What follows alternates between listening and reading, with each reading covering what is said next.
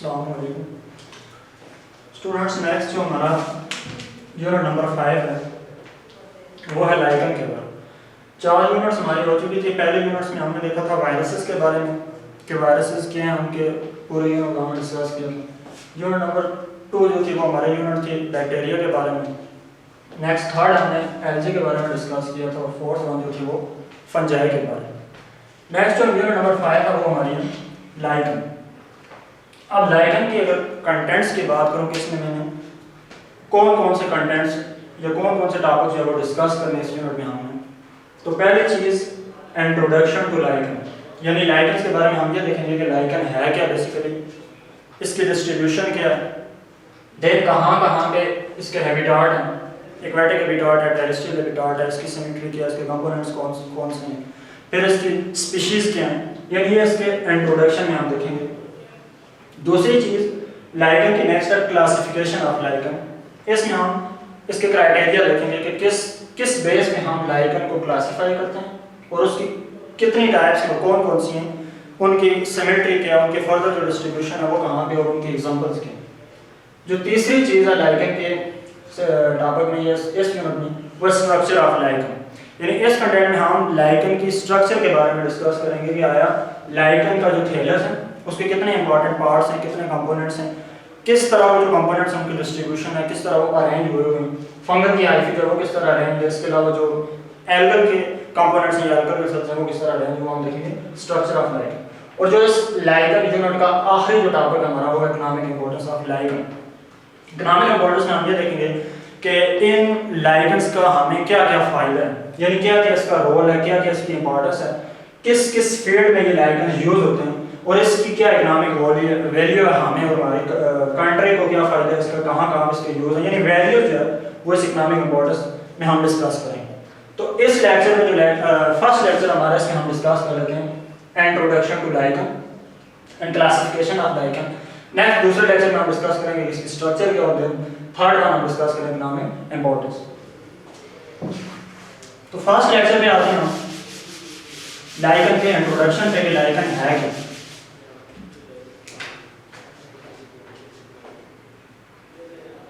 Introduction to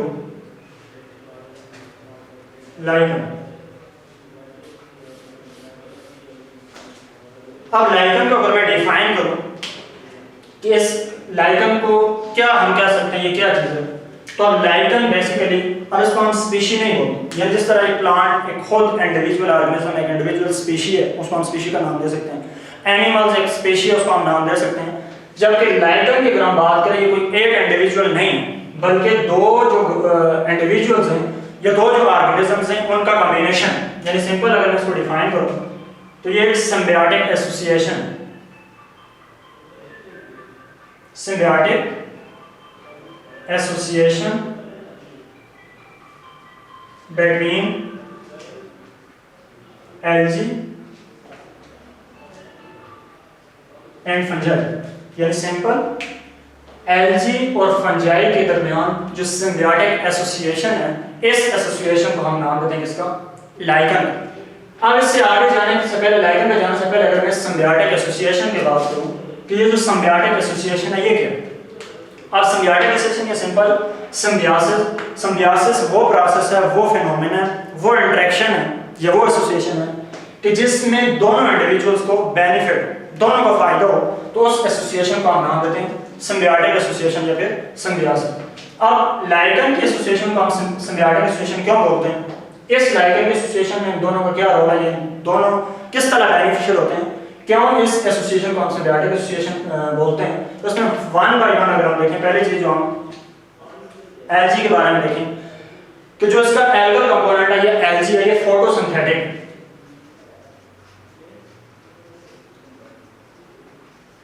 और इसको photosynthetic हम इसलिए बोलते हैं कि जो एल्गी है या एल्गल मेंबर्स हैं लाइगन की एसोसिएशन में, इनके अंदर फोटोसिंथेसिस का प्रोसेस होता है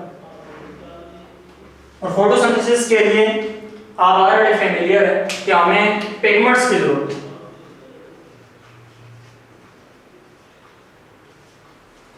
इसके अलावा लाइट या क्लोरोफिल जो है मेन कंपोनेंट है,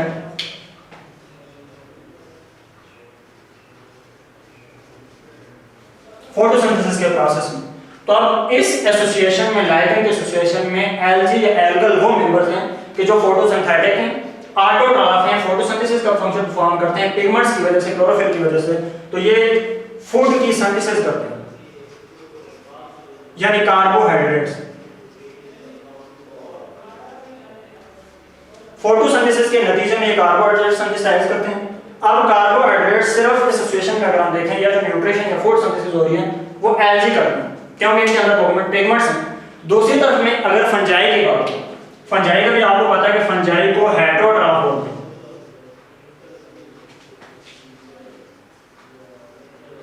अब फंजाई को हेटेरोट्रॉफ इसलिए बोलते हैं, इसके अंदर फोटोसिंथेसिस का प्रोसेस नहीं है, इसके अंदर कोई पिगमेंट्स वगैरह मौजूद नहीं है, हेटेरोट्रॉफ है, अपने जो फूड है, जो खुराक है वो प्रिपेयर नहीं कर सकते। अब दोनों को अगर हम रिलेट करके देखें कि एल्गी और फंजाई की एसोसिएशन को हम सिम्बियोसिस क्यों बोलते हैं या सिम्बियोटिक एसोसिएशन क्यों बोलते हैं। अब जो फंजाई हैं, इनको चूंकि खुराक की जरूरत होती है, फूड की रिक्वायरमेंट को पूरा करने के लिए ये एसोसिएशन, सिम्बियोटिक एसोसिएशन बनाते हैं एल्गी से, एल्गी के साथ। अब एल्गी फंजाई को कार्बोहाइड्रेट्स, फूड या न्यूट्रिशन प्रोवाइड करती है, क्योंकि ये हेटेरोट्रॉफ है। अब फंजाई को ये फायदा होता है कि ये एल्गी से जो कार्बोहाइड्रेट्स है, जब सिंपल न्यूट्रिशन है वो लेती है। दूसरी तरफ अगर फंजाई की बात करें, फंजाई जो एल्गी को क्या फायदा दे रहा है। अब फंजाई की अगर हम बात करें, जो एल्गी है, एल्गी का जो बेसल पोर्शन है या बेस वाला रीजन है, वहां उसके साथ ये फंगस जो है वो अटैच होती है। अब एल्गी की अगर हम देखें तो एल्गी को दो चीजें रिक्वायर्ड होती हैं। पहली चीज जो मॉइस्चर वगैरह, वो मॉइस्चर की एब्जॉर्प्शन, यानी जो फंगल की राइजाइड है, ये फंगल का जो पोर्शन है, ये मॉइस्चर एब्जॉर्प्शन का रोल प्ले करता है। मॉइस्चर के अलावा अगर हम देखें तो प्रोटेक्शन, यानी एल्गी को इस सिम्बियोटिक एसोसिएशन में एल्गी को फंजाई पहली चीज मॉइस्चर कंटेंट्स प्रोवाइड करता है, दूसरी चीज अगर हम देखें जो प्रोटेक्शन है, ये भी एल्गी को फंगस प्रोवाइड करता है।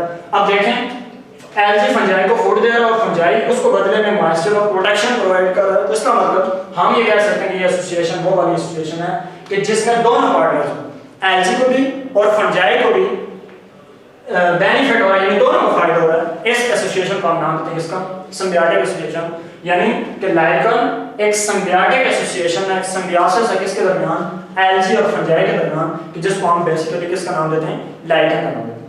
अब दूसरी चीज अगर इसके फर्दर ये तो था इसकी डेफिनेशन के लाइकेन है क्या। नेक्स्ट में अगर इसके कंपोनेंट्स की बात करूं, यानी इंट्रोडक्शन में कंपोनेंट्स ऑफ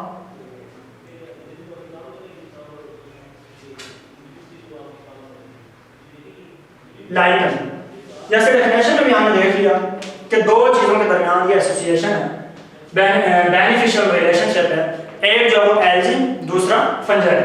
कंपोनेंट में बेसिस के दो कंपोनेंट्स हैं। पहला जो कंपोनेंट है उसको हम नाम देते हैं फोटोबियांड,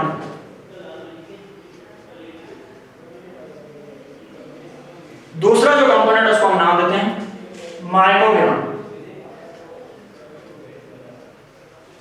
अब अगर हम फोटोबियांड की बात करें, जिसका पहला कंपोनेंट है फोटो, कहते हैं जो कि लाइट को, और बियांड अगर हम देखें कलेक्टिव, किसी भी प्लांट्स के लिए डाल यूज की जाती है, जनरल जो फोटोसिंथेसिस का फंक्शन परफॉर्म कर रहे हैं उनके लिए डाल यूज की जाती है फोटो की। तो अब फोटोबियांड क्या है,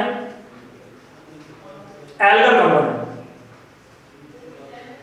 यानी लाइकेन की एसोसिएशन में जो पहला कंपोनेंट है जिसको हम फोटोबियांड का नाम दे रहे हैं वो क्या है, एल्गल कंपोनेंट। और दूसरी तरफ जो दूसरा कंपोनेंट है माइकोबियांड, ऑलरेडी आपको जो माइको का वर्ड है, जिस तरह फोटो या फाइटोप्लांट के लिए यूज किया जाता है, सेम जो माइको वर्ड है ये यूज किया जाता है फंजाई के लिए, जैसे study of fungi is also known as mycology.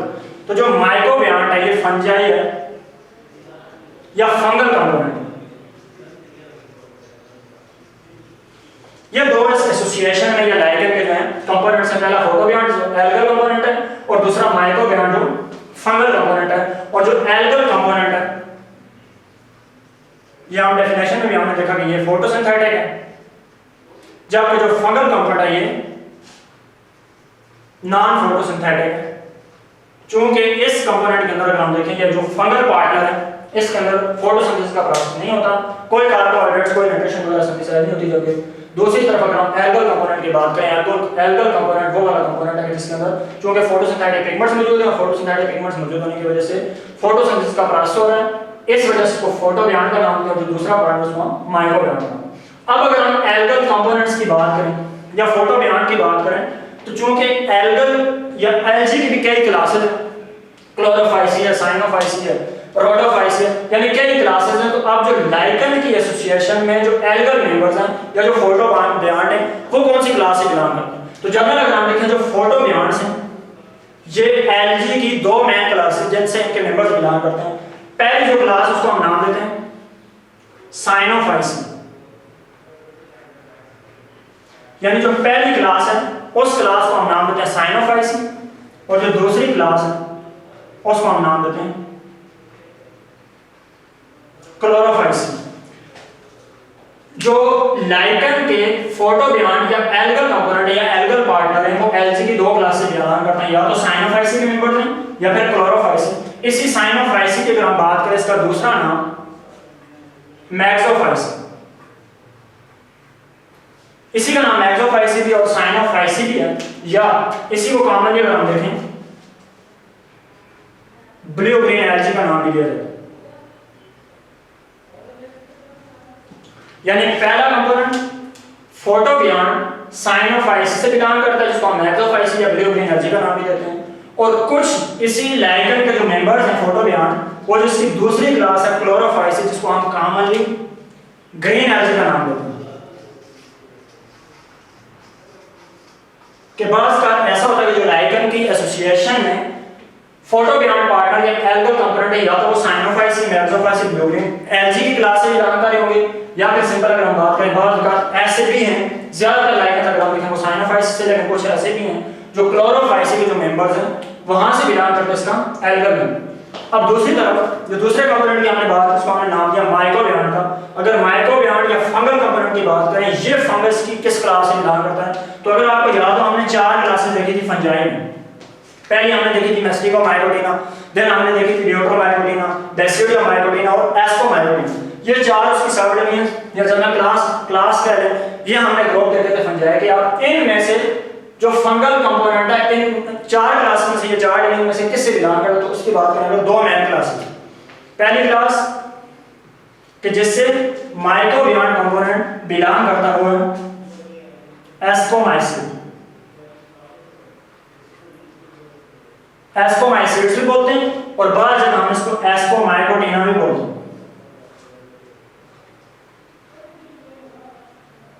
Ascomycotina. और जो दूसरी क्लास जिससे ये माइक्रोबियांड या फंगल कंपोनेंट बिलोंग करते हैं वो कौन सी है? बेसिडियोमाइकोटिना।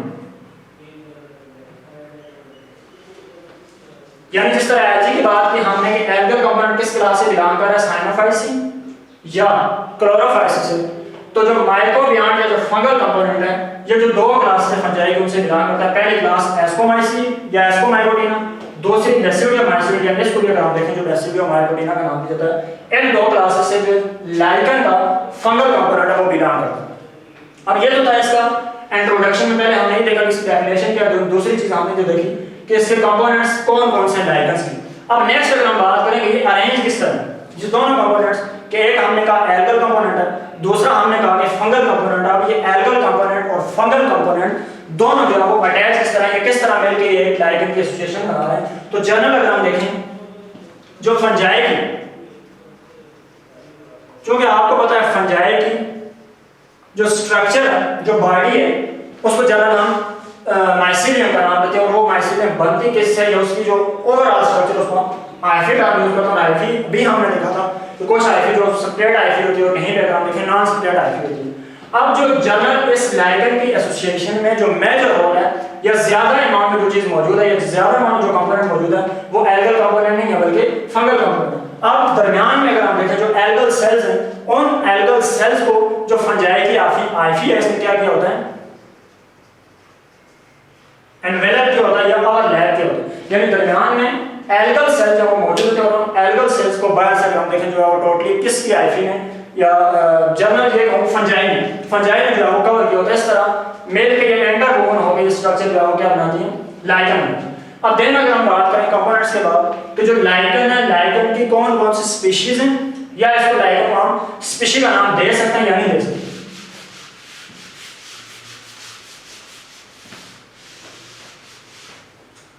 यानी कंपोनेंट्स ऑफ लाइकन के बाद स्पीशीज ऑफ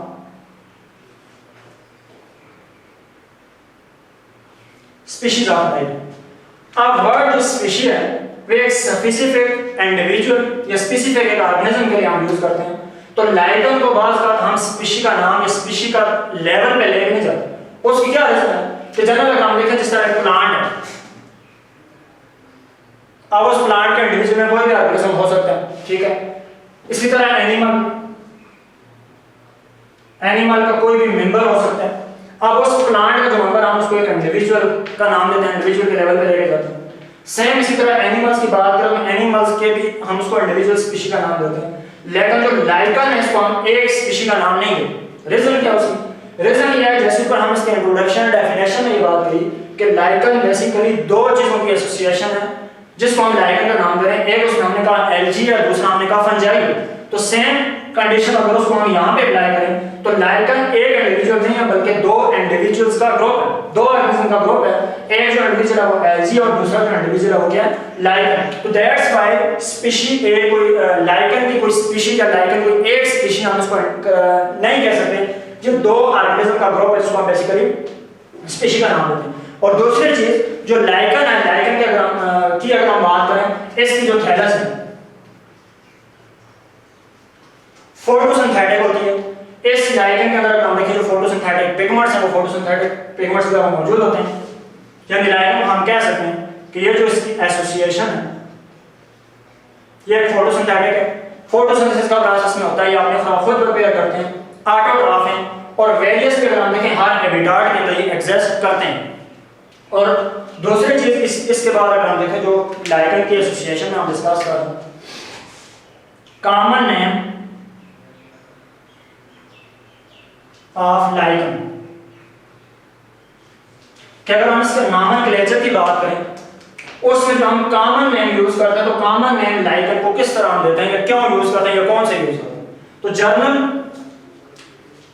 जो लाइकन की एसोसिएशन में कॉमन नेम यूज करते हैं वो वर्ड मोस यूज किया जाता है। अब मोस वर्ड क्यों यूज किया जाता है? जनरल अगर हम देखें जो मोस है वो हम ब्रायोफाइट्स के लिए हम यूज करते हैं कि ब्रायोफाइट्स में जो ब्रायोसिडा क्लास है उसको कॉमनली मोस का नाम दिया जाता है। तो आप लाइकन को हम मोस नहीं कहते, हम लाइकन को मोस इसलिए नहीं कहते कि इनका कोई रिलेशन है मोस से या इनकी कोई सिमिलरिटी है या कोई ओरिजिन या कोई इवोल्यूशन मोस से बिलोंग करता है, ऐसा हरगिज नहीं। मोस हम इसको इसलिए बोलते हैं कि जो लाइकन की स्ट्रक्चर है, लाइकन की सिमिलरिटी, लाइकन की जो शेप है वो बिल्कुल फ्लैट है, साइड के साथ ही बात मेट की तरह अटैच होते हैं। इस अटैचमेंट की वजह से अगर हम देखें, इस फ्लैट लाइक स्ट्रक्चर की वजह से अगर हम देखें तो हम इसको मोस का नाम देते हैं, मोस की तरह। जैसे कॉमनली यूज अगर हम देखें जो फ्लैट लाइकन्स है या मोस लाइक लाइकन्स या जिनको हम मोस का नाम दे रहे हैं, जैसे रेनडीर मोस है। अब रेनडीर मोस कोई ब्रायोफाइट का मेंबर नहीं है, क्लास ब्रायोप्सिडा का मेंबर नहीं है, मोस नहीं है, बल्कि लाइकन है। और इसका अगर हम दूसरा नाम देखें रेनडीर मोस का क्लेडोनिया, यानी क्लेडोनिया स्पीशी है, मेंबर है इसका लाइकन का। इस क्लेडोनिया को हम कॉमनली रेनडीर मोस का नाम देते हैं। तो मतलब कॉमन नेम में हम वर्ड मोस यूज करते हैं, मोस्टली जो लाइकन की स्पीशी है उनको रिप्रेजेंट करने के लिए। इसी तरह एक और स्पीशी है जैसे आइसलैंड मोस। अब ये भी है स्पीशी है इसकी लाइकन की, यानी सिंपल कॉमन नेम्स लाइकन के अगर हम उनकी बात करें उसके लिए हम वर्ड मोस यूज करते हैं। कि वर्ड मोस इसलिए यूज करते हैं कि जो लाइकन की सिमेट्री है, लाइकन की जो थैलस है वो बिल्कुल फ्लैट साइड के साथ जब वो अटैच होती है सबस्ट्रेटम के साथ, तो इस सिमेट्री जो मोस लाइकन की सिमेट्री जो शेप है या इनकी थैलस है, इस बेस में हम इनको इनके लिए वर्ड मोस यूज करते हैं। कॉमन इसकी एग्जांपल रेनडीर मोस और आइसलैंड मोस जो हम यूज करते हैं, और रेनडीर मोस जो है इसकी एग्जांपल है क्लेडोनिया। यानी सिंपल इसके कंपोनेंट्स क्या हैं, इसको हम स्पीशीज कह सकते हैं, इंडिविजुअल स्पीशीज, बाकी प्लांट्स और एनिमल्स की तरह ये नहीं कह सकते। अगर नहीं कहते तो क्यों नहीं कह सकते? देन हमने देखा कि इसके कॉमन नेम्स हम किस लिए यूज करते हैं। देन इसके इंट्रोडक्शन में अगर हम बात करें लाइकन्स की कि लाइकन का हैबिटेट या लाइकन की डिस्ट्रीब्यूशन, डिस्ट्रीब्यूशन और हैबिटाट ऑफ लाइकन, कि जो लाइकन्स हैं इन लाइकन की डिस्ट्रीब्यूशन कहाँ पे, यानी ये कहाँ पे लोकेट कर रहे हैं, किस किस हैबिटाट के अंदर ये मोस्टली जो है ग्रो करते हैं, कौन सा हैबिटाट लाइकन्स की ग्रोथ के लिए जो है वो सूटेबल। तो अगर हम डिस्ट्रीब्यूशन की बात करें, इनकी डिस्ट्रीब्यूशन वर्ल्ड वाइड, यानी तकरीबन पूरी दुनिया के अंदर आपको लाइकन्स मिलते हैं, हर रीजन्स के अंदर, हर हैबिटाट के अंदर। अब हैबिटाट की बात करें, जब इसकी डिस्ट्रीब्यूशन की ही बात करें तो सी लेवल से लेके सबसे जो टॉप रीजन्स होते हैं, यानी किसी भी इको रीजन के अंदर अगर हम बात करें, जो मेन इको रीजन्स हैं किसी भी एरिया के अंदर, तो वो 4 है। टॉप जो रीजन्स है उसमें भी अगर हम देखें तो वो कौन सा है, अल्पाइन जोन या अल्पाइन इको रीजन। तो मतलब जो सबसे नीचे वाला रीजन है, सी लेवल है, वहां से लेके जो बिल्कुल टॉप के ऊपर जो जोन मौजूद है, अल्पाइन रीजन है, वहां तक हमें लाइकन्स मिलते हैं। इन सिंपल आप ये कह सकते हैं वर्ल्ड वाइड डिस्ट्रीब्यूशन है, कॉस्मोपॉलिटन है, तकरीबन हमें हर जगह, हर एरिया के अंदर नजर आते हैं, मिलते हैं। देन फर्दर इसके अगर हम हैबिटाट्स की बात करें, कुछ ऐसे लाइकन्स भी हैं कि जो मॉइस्ट कंडीशंस के ऊपर ग्रो करते हैं, यानी जहां पे कंडीशंस मॉइस्ट कंडीशंस, मॉइस्चर वगैरह वहां पे मौजूद होगी, वहां पे आपको लाइकन्स मिलेंगे। इसके अलावा ड्राई हैबिटाट के अंदर मिलेंगे, यानी रॉक्स वगैरह उनके ऊपर भी मिलते हैं। इसी तरह सॉइल सरफेस के ऊपर भी मिलते हैं। इसके अलावा कुछ वॉल्स के ऊपर, यानी जो वॉल्स वगैरह अगर वहां पे कोई मॉइस्चर वगैरह मौजूद हो, उन वॉल्स के ऊपर भी लाइकन्स ग्रो कर लेते हैं। ये इनका हैबिटाट है। इसके अलावा अक्सर आपने देखा होगा जो बेयर रॉक्स, उन बेयर रॉक्स के ऊपर भी, या बेयर एरिया जो ऐसा रीजन है कि जो जहां पे बिल्कुल कोई प्लांट्स वगैरह मौजूद नहीं है, वहां पे भी आपको लाइकन्स नजर आएंगे। इसके अलावा कुछ दूसरे प्लांट्स ऑन अदर प्लांट्स, यानी जो दूसरे प्लांट्स हैं उन प्लांट्स के ऊपर भी अगर हम देखें, जो स्टेम वगैरह है, उन स्टेम के ऊपर ये जो लीव्स वगैरह, वहां पे भी जो लाइकन्स है वहां आपको ग्रो किए हुए मिलेंगे। इसके अलावा जो ग्रेव स्टोन्स है,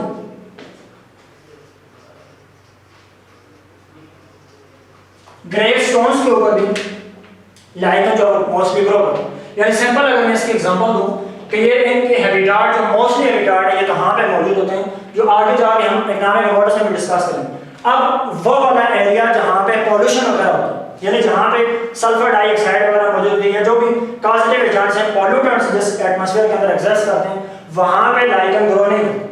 और ऐसा एरिया कि जहां पे पोल्यूशन नहीं है, पोल्यूशन फ्री है, वहां पे लाजमी तौर पे आपको जो लाइकन के स्पीशीज, जो लाइकन के मेंबर्स हैं, वो लाजमी मिलते हैं। यानी कॉमन में आपको अगर कहूँ, जैसे यहाँ से पीछे वाले एरिया में जाए, नीलम वाली साइड जाए, तो वहां पे आपको पत्थरों के ऊपर छोटे छोटे ग्रीन कलर के जो स्टोन, वहां पे मेड्स की तरह वॉल्स के ऊपर भी जो स्टोन्स वगैरह उनके ऊपर भी नजर आते हैं। यहाँ से नीचे जाएंगे, आप यहाँ पे देखें तो हमें वो वाले ग्रीन कलर के जो स्टोन है, ये जो वो ग्रीन कलर के जो प्लांट्स जिनको हम लाइकन का नाम दे रहे हैं, वो पत्थर के ऊपर ग्रो करते हुए हमें नजर नहीं आते।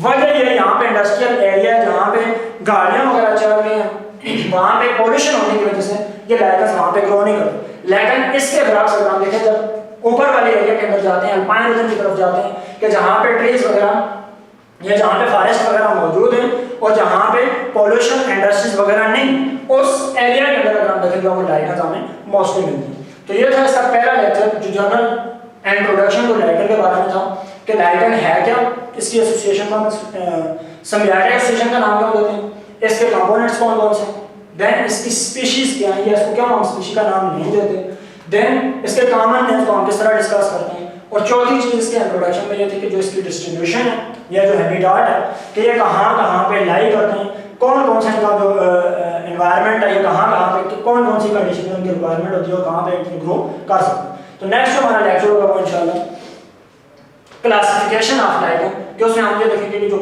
लाइकन्स हैं उन लाइकन को हम कैसे क्लासीफाई